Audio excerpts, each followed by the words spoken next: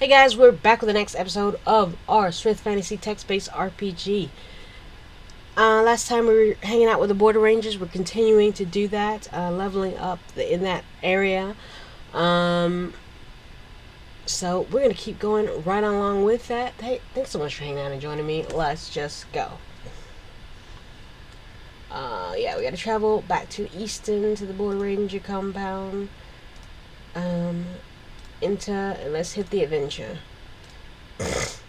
Embark.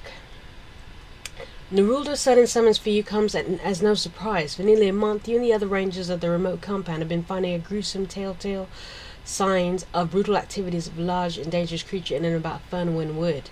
At first, based on the 6 severely battered and half-devoured goblin corpses you discover on the northern edge of the forest, you assume that a band of foresters have made their way to Fernwyn. The tracks you find nearby, however, soon cause you to dispel your initial suspicions. Although the prints were several days old and distorted due to several recent bouts of rain, you are left with a little doubt that the creature responsible for this killing, and several others, was something more fearsome than a group of marauding forest trolls. Nerulda was quick to agree with your assessment. For almost 2 weeks, the matter was put to rest as other business and assignments of more immediate importance took the place of the mysterious and efficient slayer stalking the wood. And came your summons. 4 dead ogres at the base of the R Ridge in the southern wood, said Nerulda, handing you a steaming mug of palo as his brow furrows. It's the work of the same beast, or another of its kin. I'd hate to think we've 2 of whatever it proves to be running around.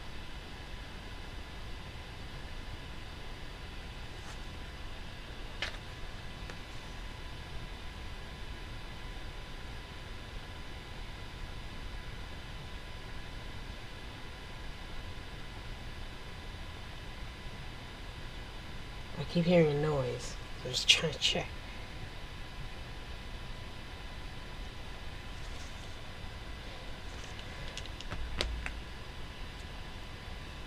Round out there. You asked the ranger leader if any of the ogres were devoured, and he nods. He chewed up a bit, and one was missing his head, he says, frowning, and I can think of a few creatures capable of tearing off an ogre's head, but I'd much rather think of something else. It's only going to be a small while before whatever it is decides to move on to human prey, if it hasn't already. The settlements in these parts are in my charge, and I'll see that to their safety. I want this thing hunted down and slain, Allison. You want me to do it, is what you're saying. Nerulda tells you that... Okay, I think it's ice. I was like, what do I keep hearing? It's ice falling out of my ice machine, because I got ice in my cup here. It had moved quite a ways from the side of the ogre's slaughter, he says. Time and again the beast moves into the western wood. I've no doubt its lair is there, but you know as well as I do, western Fernwyn is just a bit of a tangle. I need you to track it down, Allison, right to the rock on which it lays its ugly head, and I want you to kill it. I place more trust in your abilities to put this thing down than I do any of the rest of us. You quickly accept the task and tell Nerulda that you'll see to the creature responsible for the slayings of is found and put to death. Well then, my worries are over, just like that, laughs Nerulda. Here's some more palo, I think. It's a bit late to start such an endeavour today. At dawn tomorrow.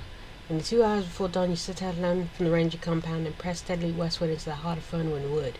The well-worn trails over which the feet of your fellow rangers have passed countless times gradually give way to thin, overgrown paths before disappearing altogether. It is nearly midday when you find yourself moving into the more tangled region of the forest, and only a short while later you happen upon the first sign of a creature you set out to track down. The overpowering stench of decay is what alerts you to the grim discovery. Only moments later your eyes fall upon a gruesome sight. Staked to the broad trunk of a maple with an iron spike and swarming with flies is the rotting head of an ogre. You immediately recall Nerulda's description of the headless ogre corpse. You also note that with a growing sense of dread that the ogre's head appears to have been torn from its neck. A brutal act requiring almost an unimaginable strength is what ended the life of this ogre. Wasting no time, you move about the area, scouring the ground for any sign that might serve to lead you in the direction of the creature you've come here in search of. Okay, if it's a creature, why is it tacking ogre heads to the trees? If it's a creature, wouldn't it just eat and move on? More than once you find yourself wishing you were back at the compound enjoying a mug of palo with your fellow rangers. Utilizing your mastery of woodmanship to great effect, you discover evidence both on the ground and amidst the surrounding foliage that suggests you're indeed on the trail of a deadly creature you're attempting to track. After spending a few moments to rest your weary legs and take note of your surroundings. You once again set off in pursuit of the creature you're tracking. As you move through the thick of the West Inferno, when you continually scour your surroundings for any sign left behind by the brutal slayer you're tracking. Despite the thorough examination of the woodland, you're unable to find any further discernible signs of the creature you're attempting to track. Take a few moments to rest your weary legs and take note of your surroundings. You once again set off through the forest, determined to pick up the trail of the creature you're tracking. Come on! Okay, woodsmanship means nothing here. After a long and exhaustive search for the thick areas of the forest, you resign yourself to the fact that you've been unsuccessful in finding and following the trail of the creature you came here seeking. Dejected and quite weary, you're about to sit down the trunk of a falling tree when the sudden thud of a heavy footfall behind sends your pulse racing. You spin around only to find a massive grey-skinned fist streaking down towards your head. Pain explodes through your skull as a large grey fist slams into the side of your head, sending you sprawling backwards onto the leaf-covered forest floor. Despite the severe pain still coursing through your head, you manage to survive the mighty blow. Staring at the towering grey-skinned creature stepping over the trunk in which you're about to sit, you have come in with a sudden profound dread. The massive grey humanoid, its broad torso rippling with thick bands of layered muscle and its gaping jaws filled with double rows of jagged stone-like teeth, is a woodhawk. As the fearsome, most mythical forest innocent stomps towards you, snarling savagely, you quickly regain your feet and hurriedly draw yourself into a defensive stand. Woodhawk. These are massive grey-skinned humanoids and nearly twice the size of an ogre. Their giant-like strength, coupled with their deadly fang-like jaws and fierce, brutal nature, make them among the most feared denizens of the wild. Some believe the woodhawks are related to trolls, though equally as many folks dispute this claim. Luckily, woodhawks are quite rare. The chance you'll ever run into one is very slim. Oh yeah? You don't say. With his vicious gnarls filling the air, the fearsome woodhawk charges forward and attacks, swiping out with its broad fist. Death to the heathen. Yeah, rejuvenation. The bloody carcass of the fearsome woodhawk lies on the leaf-strewn floor at your feet. You step back from the remnants of the savage creature and struggle to catch your breath following the brutal melee. You're confident that you brought down the marauding beast has been stalking firm in the last small while. Your sense of elation is short-lived, however, as a short snort from the south shatters the silence that descended upon the wood with the hawk's passing and sends a shudder length of your spine. Instinctively, you spin in the direction of the sinister noise, only to find yourself face to face with something even more frightful than what lies there before you. Say what? Stomping through the tangled undergrowth is a mass of muscle-laden limbs, bending the trunks of small trees as it draws near as a towering woodhawk, nearly half again as large as the one you've just slain. The fearsome forest beast scratches wide its jaws and emits an enraged bellow that echoes resoundingly off the surrounding trees as it bears down on you, resulting that realizing the woodhawk will be upon you within moments, with no hope of outdistancing the deadly denizen. Archery. You arrow whistles through the air and embeds itself deep in the chest of the woodhawk. The fearsome grey-skinned beast emits a painful bellow as it tears a feathered shaft from its torso and tosses it aside. A thick stream of dark blood pours out of the wound caused by your well-placed missile. Despite having suffered considerable damage, the enraged woodhawk charges ahead, its broad fist poised to strike you with a killing blow. The massive woodhawk is swiftly upon you, striking out of you, and now he's dead. With his final deafening bellow rising on the tops of the surrounding trees, the savage woodhawk collapses into the forest floor. The mighty terror that has swept the woodland realm is no more. You see how it says very slim? Now we got two in a row. Is there going to be another one? Not far from the remains of two woodhawks, you discover a small cave that appears to have served as the most recent lair for the brutal pair. Scattered among the foliage and debris that fills the forest chamber, you discover several items that might have belonged to some of the woodhawk's past victims, evidence that the beast did indeed prey on humans. Satisfied that there's nothing else of interest in the lair, and the two woodhawks will never again prey upon those who would hope to withstand their savage might, you check over your equipment before setting off on the return trek to the border ranger compound. Strapped to your back for your journey is a gruesome trophy, the severed head of the larger woodhawk. You give a full account to the encounter with the woodhawks, To Nerulda, upon returning to the ranger compound, the leader of the border rangers seemed distressed by the news you've relayed to him and tells you that the fact that there were two of the beasts proved most distressing. I've only ever seen one woodhawk in all the days I've spent roaming the wilds, he said, shaking his head. Something tells me there's more to all this than we might think. Nerulda closely examines the severed head you carried back with you, and he tells you that you'd best have it burned. I'm beginning to think Fernwood Wood is no place for a friendly stroll, he says, throwing a tattered cloth sack over the grim trophy that lies on the ground at his feet. You should spread word to the others about this at once. Let them come see this thing before it finds the fire. Nerulda thanks you and congratulates you on a fine showing. I could use a dozen more like you, Allison, he says, smiling, though happy enough to settle for the one I've the blessed fortune to know. With that, the leader of the border ranger meets you in a shoulder cross. Come on, he says, slapping you on the arm. Let's have the others take a look at this. They're not going to believe their own eyes. Yeah, have them take a look.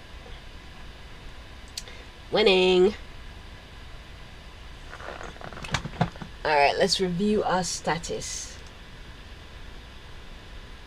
Can we just advance without doing anything?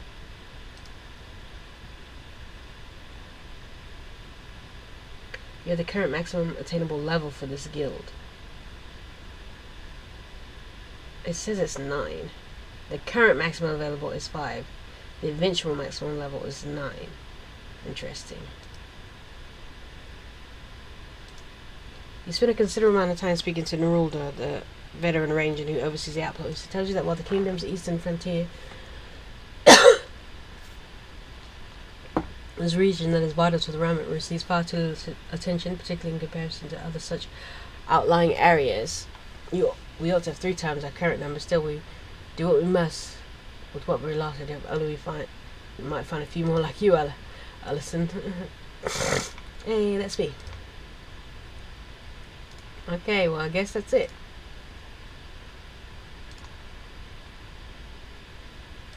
Okay, nothing going on in Fernwood. Alright, well, let's keep going. I haven't been in the cave yet because I didn't feel like just killing stuff currently.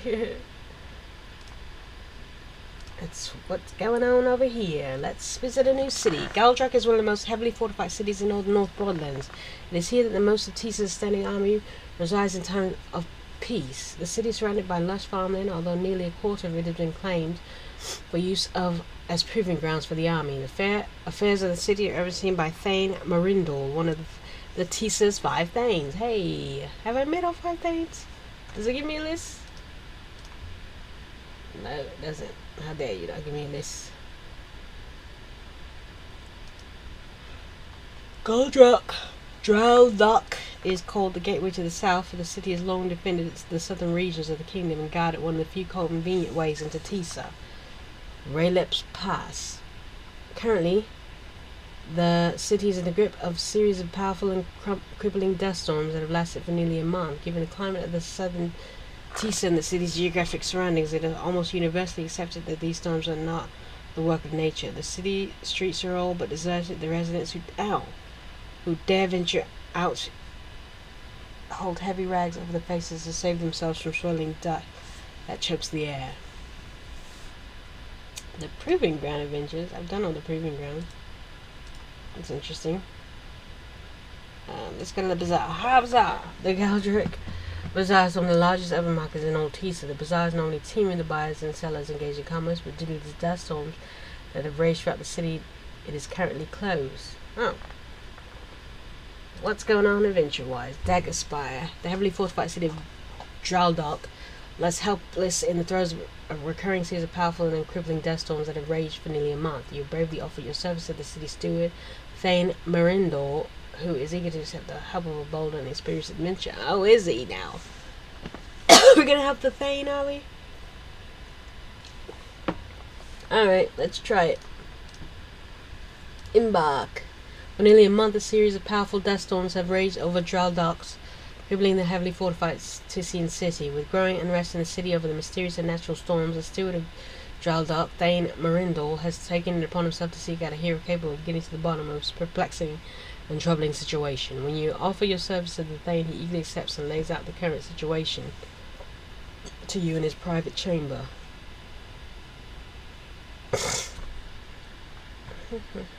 In a broad tower in the midst of the city, Thane Marindal explains that Draldok has never experienced anything like the dust storms that have raged daily for nearly a month. He tells you, and you well understand, the climate of southern Teeth is not conducive to such storm, and the longevity and ferocity of those that besiege the city has convinced everyone they are not a natural occurrence. There is a foul magic working against us, I fear, he says grimly, somewhat puzzled over the source of this unnatural force. And yet I do not hesitate to lay a finger on Karuk, a mage who's long been at odds with the city, who has for the better part of 10 years been a fugitive from justice. He learned that Karuk, once the Archmage of Draldok, was involved in a plot to overthrow the Thane and seize control of the city almost a decade ago. When histories were laid to bear, he and his followers were captured and were set to be tried for their crimes against the crown.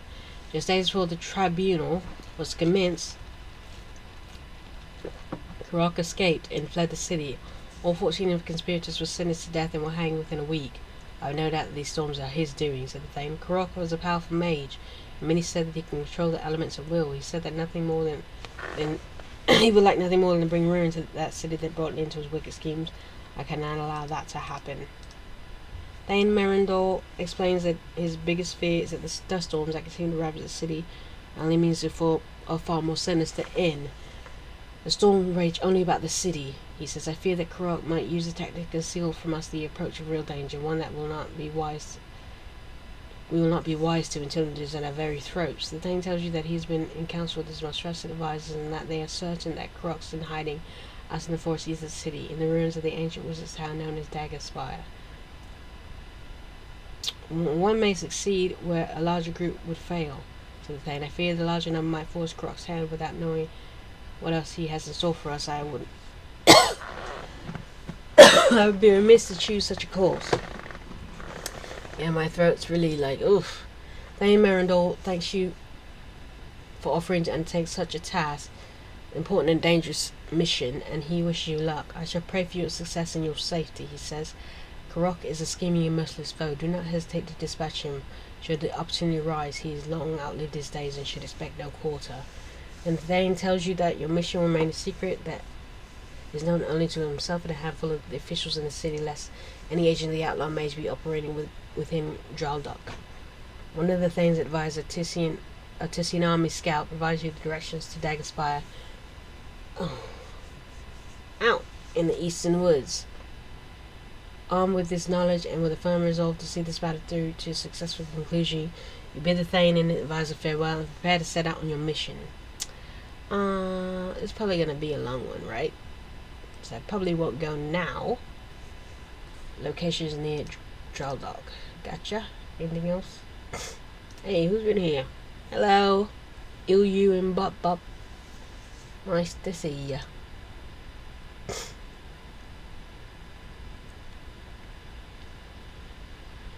This is a Rivergill Emporium. Did I miss it?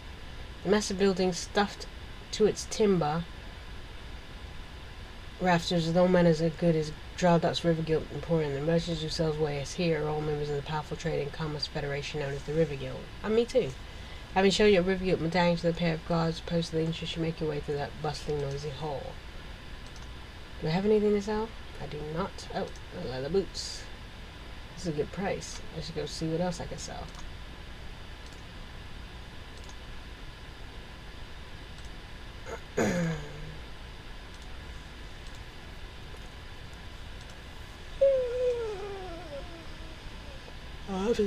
How's up?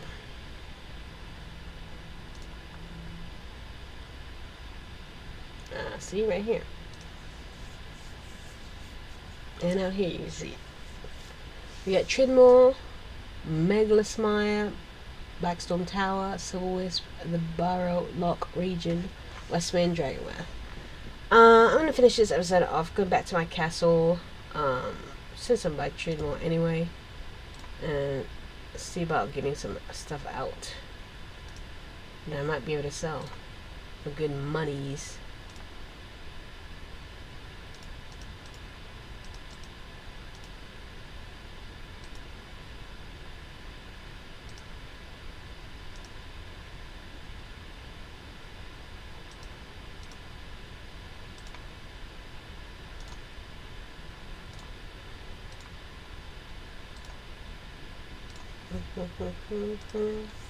Let's see if that's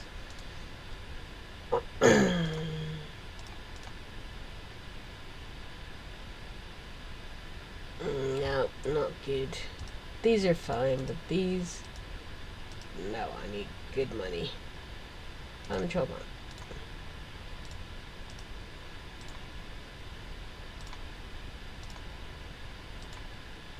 So we've not yet found a place to sell our high ticket items.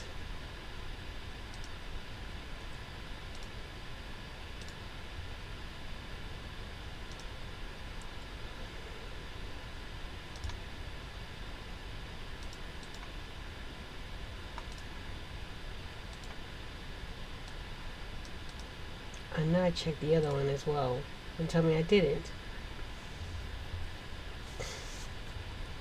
Because I'm sure I did.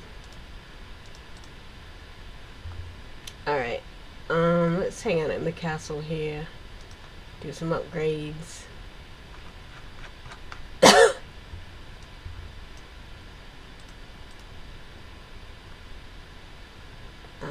Let's improve on our upgrades.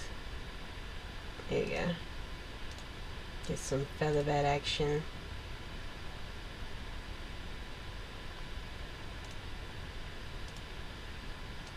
And the orbs of moonlight all the way up. Nothing is selling.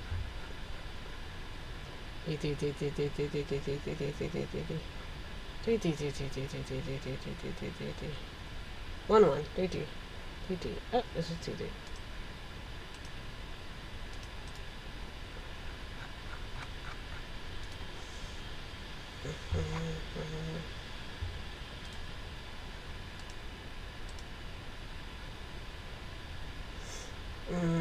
Right. Let's do some hidden layer action.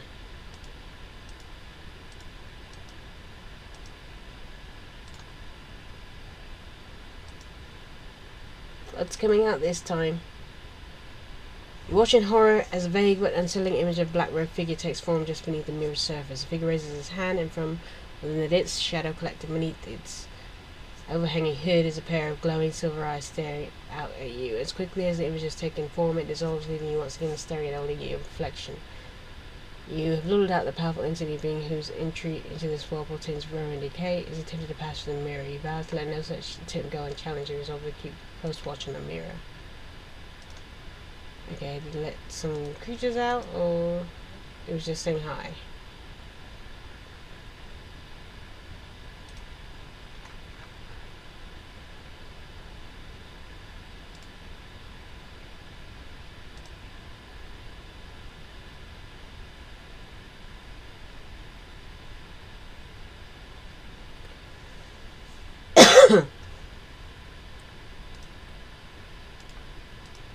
I think it was just saying hi.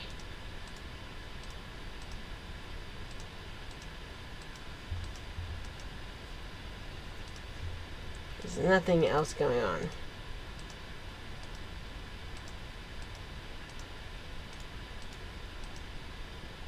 Alright, goodbye. Hi, candles.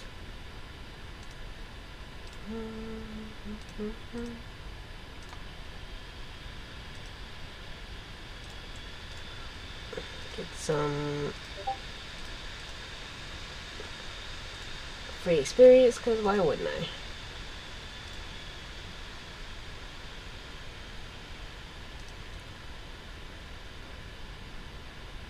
No, I don't want to spy. What? This creature's in the cellar. Venom tail.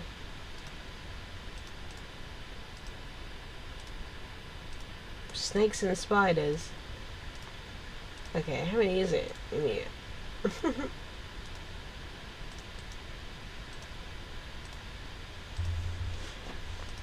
Okay, ill.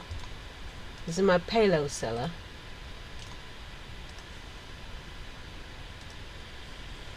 How many? And a rat too? Gross.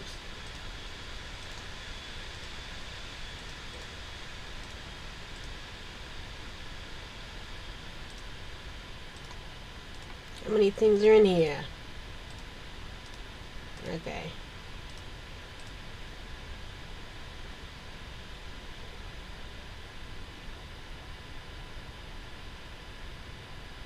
At least I don't have to clean up the nasty stuff. No thanks. I don't want to explore anymore. Back to the main hole. Alright, let's see if we have any skills to upgrade. Oh, we do. We can train in diplomacy. Get it. Powers, we can train in divination.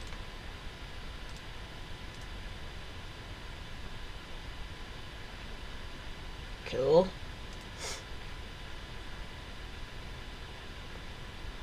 And slashing will be in action here soon.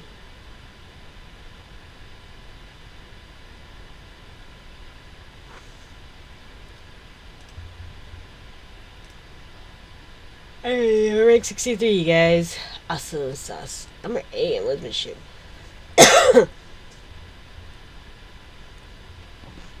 The 6th best archer in the kingdom. We gotta get to number 1. Alright, I'm gonna end the episode there. Next one we'll go back and do the dagger spire thing. Every time I think of Spire, I keep thinking of Fable, too. But hey, thanks so much for hanging out and joining me. Until next time, you know what I'm going to say. Peace.